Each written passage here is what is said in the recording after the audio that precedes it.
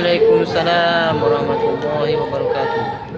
Alhamdulillah man biyadihi mafatihun nuri wal azban khaliqil insan wa muallimihil bayan wa rafi'id darajati fil iman nahmaduhu hamdal arifin wa nashkuruhu syukral muwahhidin wa nastaghfiruhu min zallatil ghafilin wa nas'aluhu aunal mukhlisin wassalatu wassalamu ala man jaa bil haqqi wal yaqin man ballagha ar-risalah wa addal amanah wa nasaha al-ummah wa kashafa al-ummah sayyidina Muhammadin sallallahu alaihi wasallam wa ala alihi wa sahbihi ulil ilmi wad din amma ba'd fa ya nasimal hikmati hubba ala al-asma wa ya qulubal muslimin tafattahi bin nuri wat tuma'ninah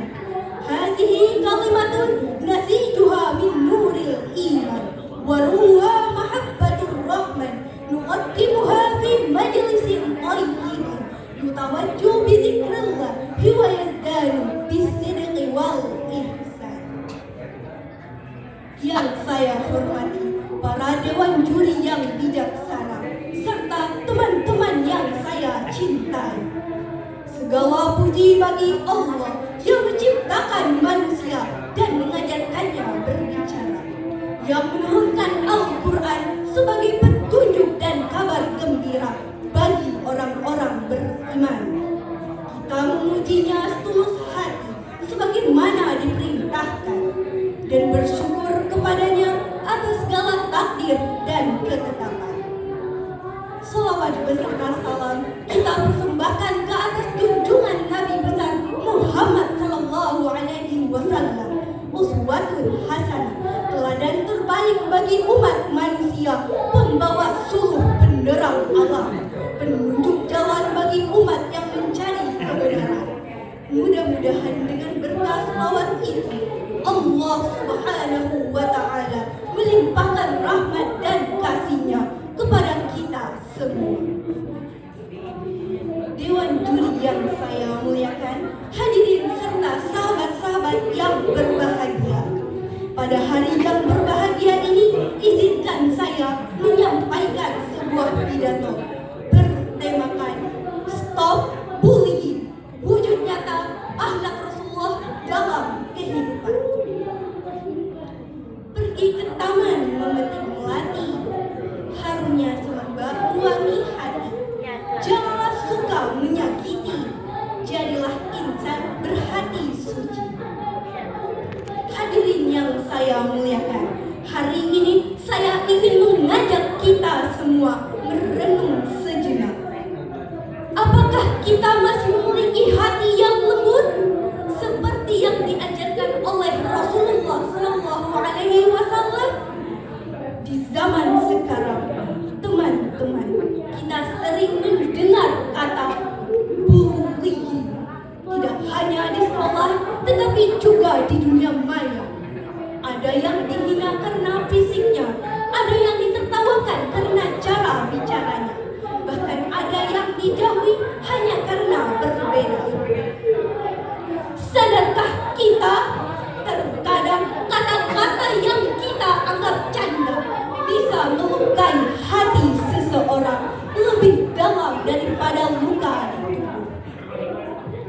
Pepatah mengatakan lidah tak bertulang tetapi bisa mengatakan hati orang.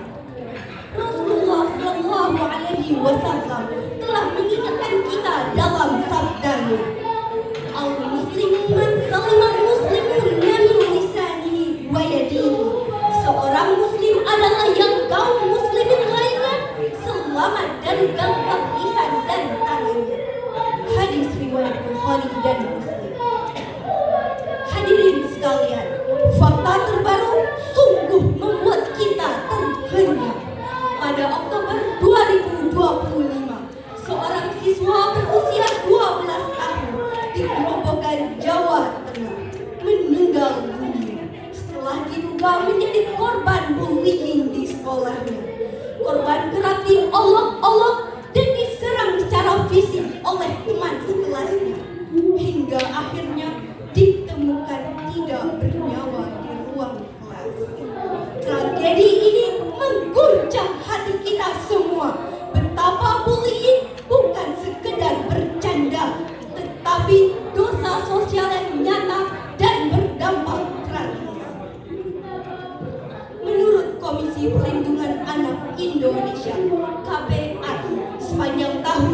2024, kasus kekerasan dan perundungan di sekolah meningkat 32%. Bahkan sekitar 1 dari 3 siswa Indonesia berisiko mengalami bullying. Namun hanya 13% yang berani melapor. Angka-angka ini menunjukkan bahwa banyak anak menderita dalam diam, sementara kita mungkin menjadi saksi yang bengkak. Hadirin yang dimuliakan, Rasulullah tidak pernah menghina, tidak pernah membalas ejekan dengan kemarahan. Ketika beliau dilempari batu oleh penduduk Taif, beliau tidak membalasnya, namun justru mendoakan mereka. Allahumma hdi qaumi fa innahum la ya'lamun. Ya Allah, berilah petunjuk kepada kaumku, karena sesungguhnya mereka tidak mengetahui. Subhanallah, inilah bukti nyata akhlak Rasulullah.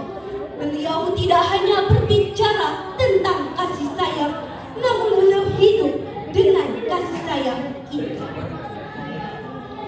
Teman-teman yang saya cintai, hari ini dunia kita sedang kekurangan hati. Kita sibuk menilai penampilan, tetapi lupa melihat perasaan. Kita cepat mengetik komentar, tetapi lupa berpikir apakah kata itu bisa menyakitkan. Ingatlah Gurindam 12 karya Raja Ali Hadi yang begitu dalam maknanya. Barang siapa perkataan dusta, hilanglah maruah dirinya serta apabila terpelihara lidah, niscaya dapatlah faedah. Menjaga lisan, menahan tangan, dan menahan jari dari menyakiti, itulah bagian dari akhlak Rasulullah Sallallahu Alaihi Wasallam. Mahatma Gandhi pernah berkata, kelembutan bukan tanda kelemahan, tetapi kekuatan yang sejati.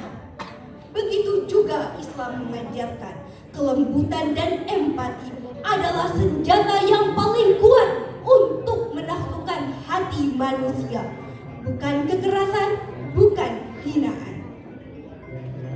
Teman-teman, kalau kita benar-benar mencintai Rasulullah, mari kita buktikan. Stop bullying. Mulailah dari diri sendiri.